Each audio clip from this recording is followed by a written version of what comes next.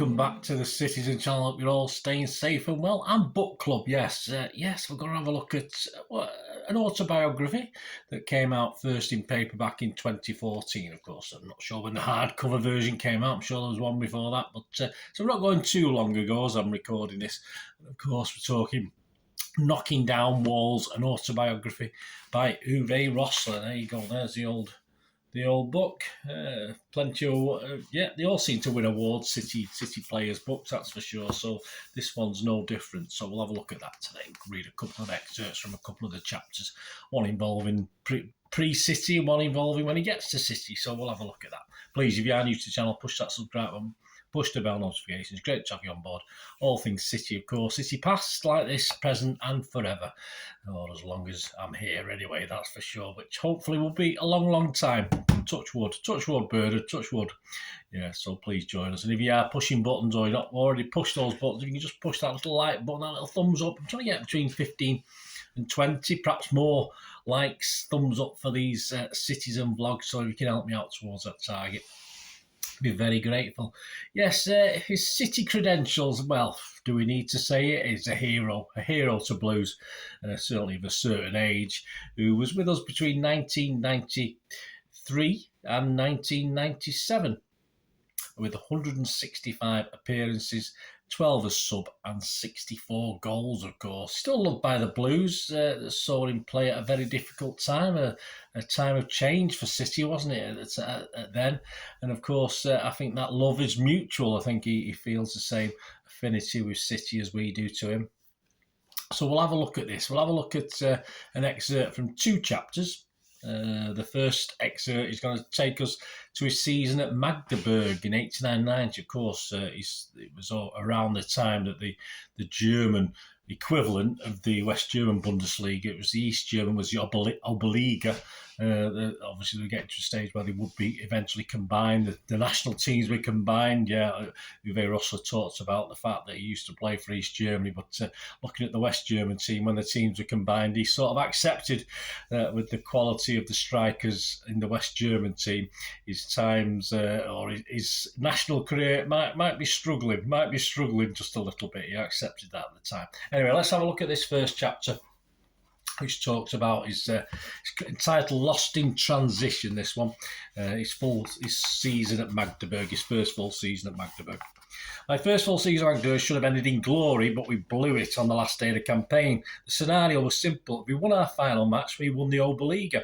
Failure wasn't an option, and the title would have been the icing on the cake for what had been a wonderful year, both on a personal level and for the team. We were the surprise package, considering we'd fought relegation the season before. We just had to see ourselves over the finish line. We were leading the league by 4 points at Christmas, really firing all cylinders with our perfect mix of experience down the spine and younger players throughout the rest of the team.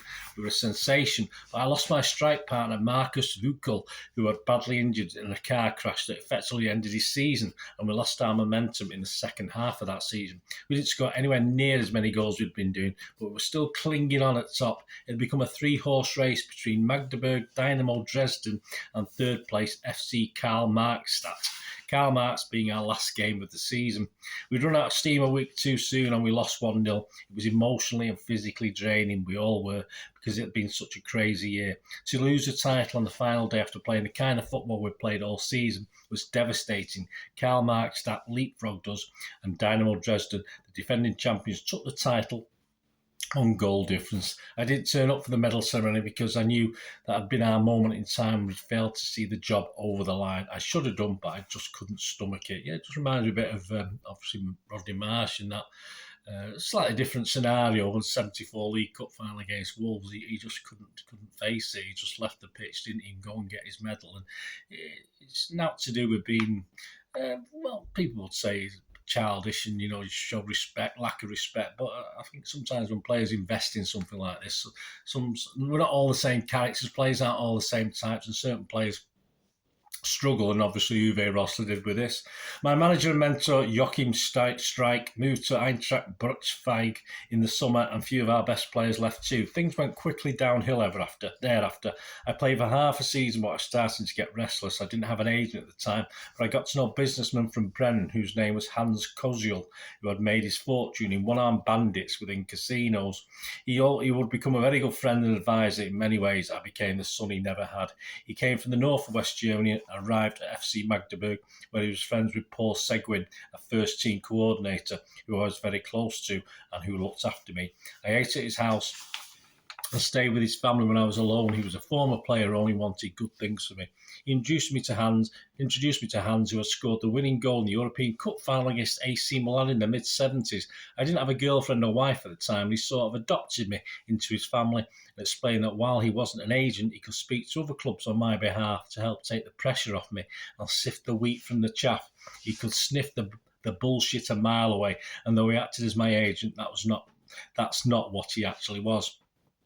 I was being contracted by several other Bundesliga clubs, and my head was spinning.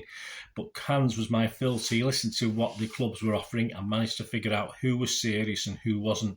Ultimately, it came down to just Stuttgart and Werder Bremen. But after careful consideration, I didn't feel quite ready for life in the West. So when Dynamo Dresden came in for me, my mind, it offered me the best of both worlds. Hans negotiated 3 contracts but left the final decision to me, but was happy to help me invest in my newfound wealth wisely.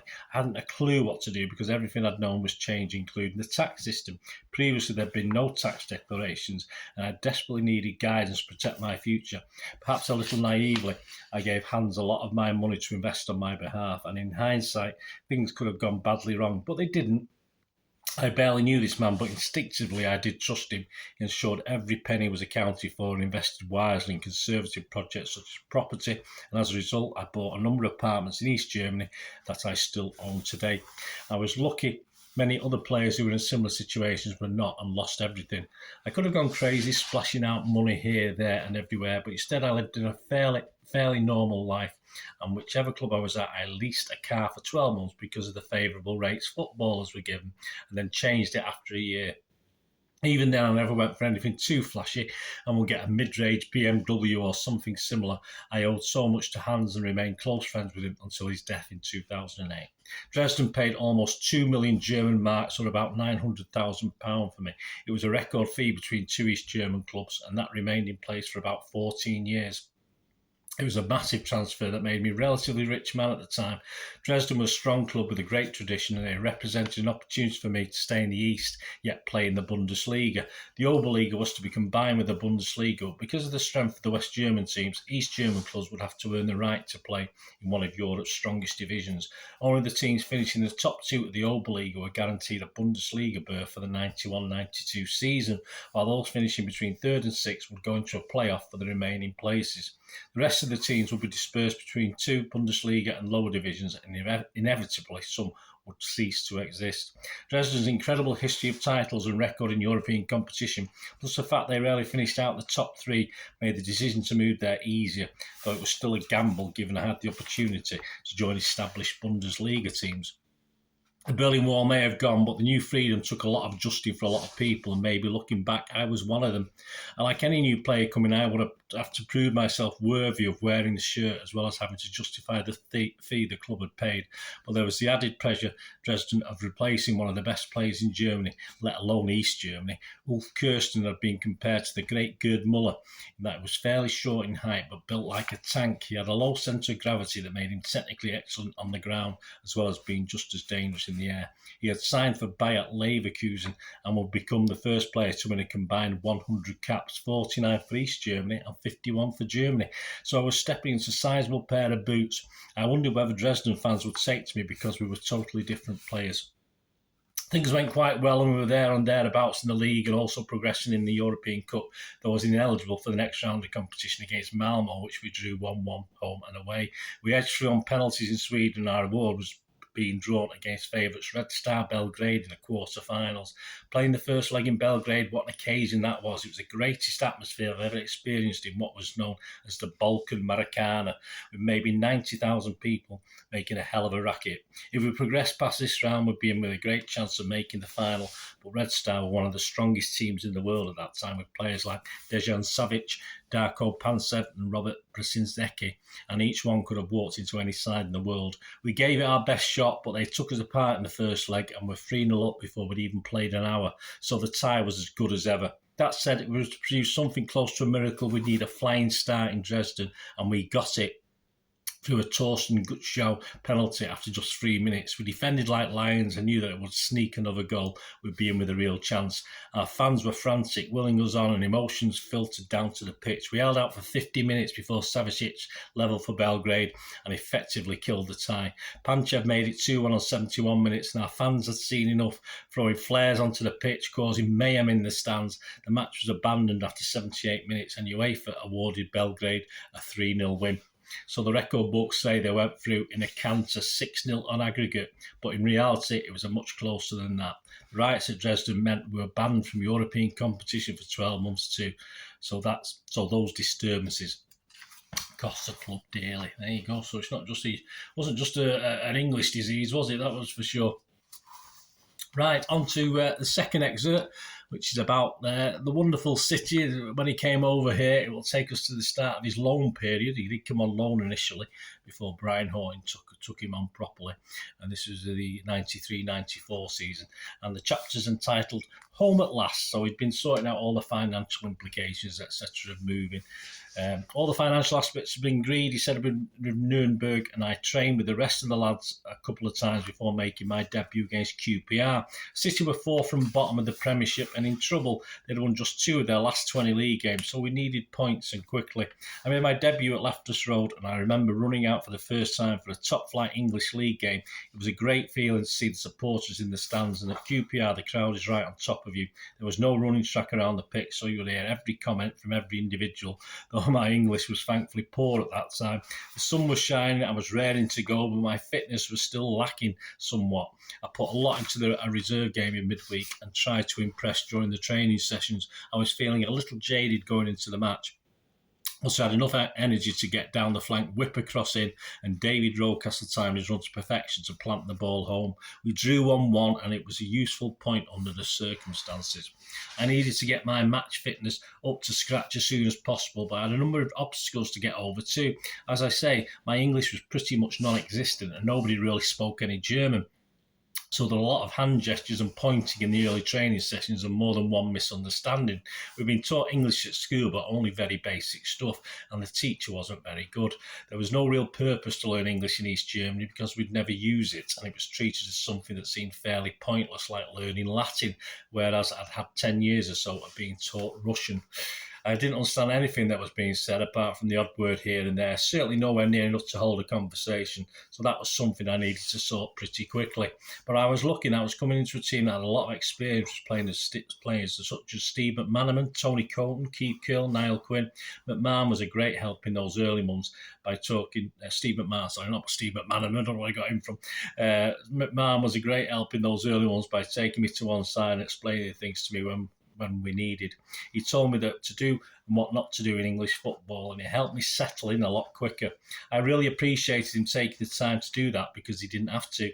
During the next few weeks, City signed Paul Walsh from Portsmouth and Peter Beagrie from Everton before the transfer deadline as Horton reshaped his forward line. Both Walsh and Beegs would become lifelong friends in later years, and we all hit it off pretty much straight away, which would soon show when we played together. Stefan Karl also arrived. It made things a bit easier for him because I could speak to someone in my own language. He was also an East German and had come through the youth system in a similar way I had. I'd also played against him a few times. He had joined Borussia Dortmund and made a really promising start to his career, but he had 1 or 2 off-field problems that started to affect his progress. He was a good kid, but he perhaps enjoyed the nightlife more than he should have done. He had a sharp tongue and maybe spoke before he thought on occasions, so was naive in that respect. But he had enormous potential. I felt City played him in the wrong position. He was not a right winger, more a central midfielder, but he never had the opportunity to play there, so I don't think we ever saw the best of him. The new signings seemed to give the club and supporters a boost at just the right time, because prior to our arrival, the team had seemingly been heading for relegation. We had in effect a new forward line, and it was like a breath of fresh air to a team that had been going stale, who seemingly lacked imagination up front. I was staying at the Copthorne Hotel in Salford Quays, as was David Rocastle and Stephen Carl for the first few months, as we all settled into Manchester life. Rocky was a great guy, very kind, good company, had a lot of time for him. In years to come, he would be taken from us long before his time due to cancer, which was a genuine tragedy. I feel privileged to have been able to play alongside him briefly and to have called him a friend. All the players made me feel at home and went out of their way to help me in any way they could. If they went out to the lunch, they always invited me to come along. I was on a golf course with them whenever there was a game going, all of which helped my English improve at a fairly rapid rate.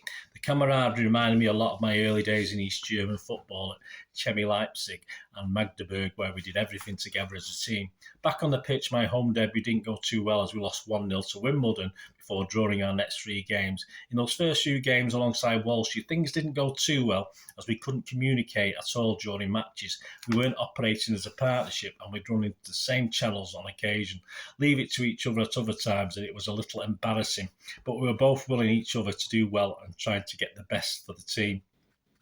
I recall one time when we both chased a long ball and we collided as we approached the ball. It was a nightmare, and we had a joke about it after the game over a beer. We weren't scoring in those first few weeks. We didn't even look like we were going to hit it off as a pair.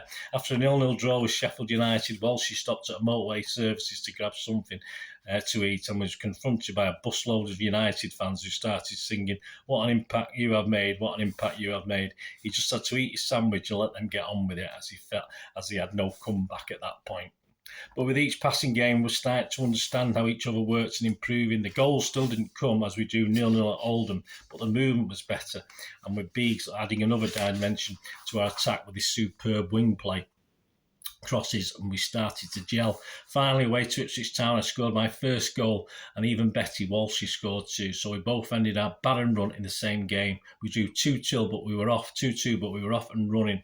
It was as though a huge weight had been lifted, and things improved at a rapid rate from then on. I scored my first goal at Maine Road in the next game, as did Walshy, and Biggs added another as we beat Aston Villa 3-0, meaning we lost just once in the past 8 games. Everything has suddenly clicked, from bumping into each other during games and at times looking like we had never forged an effective partnership. It had all clicked into place. There you go.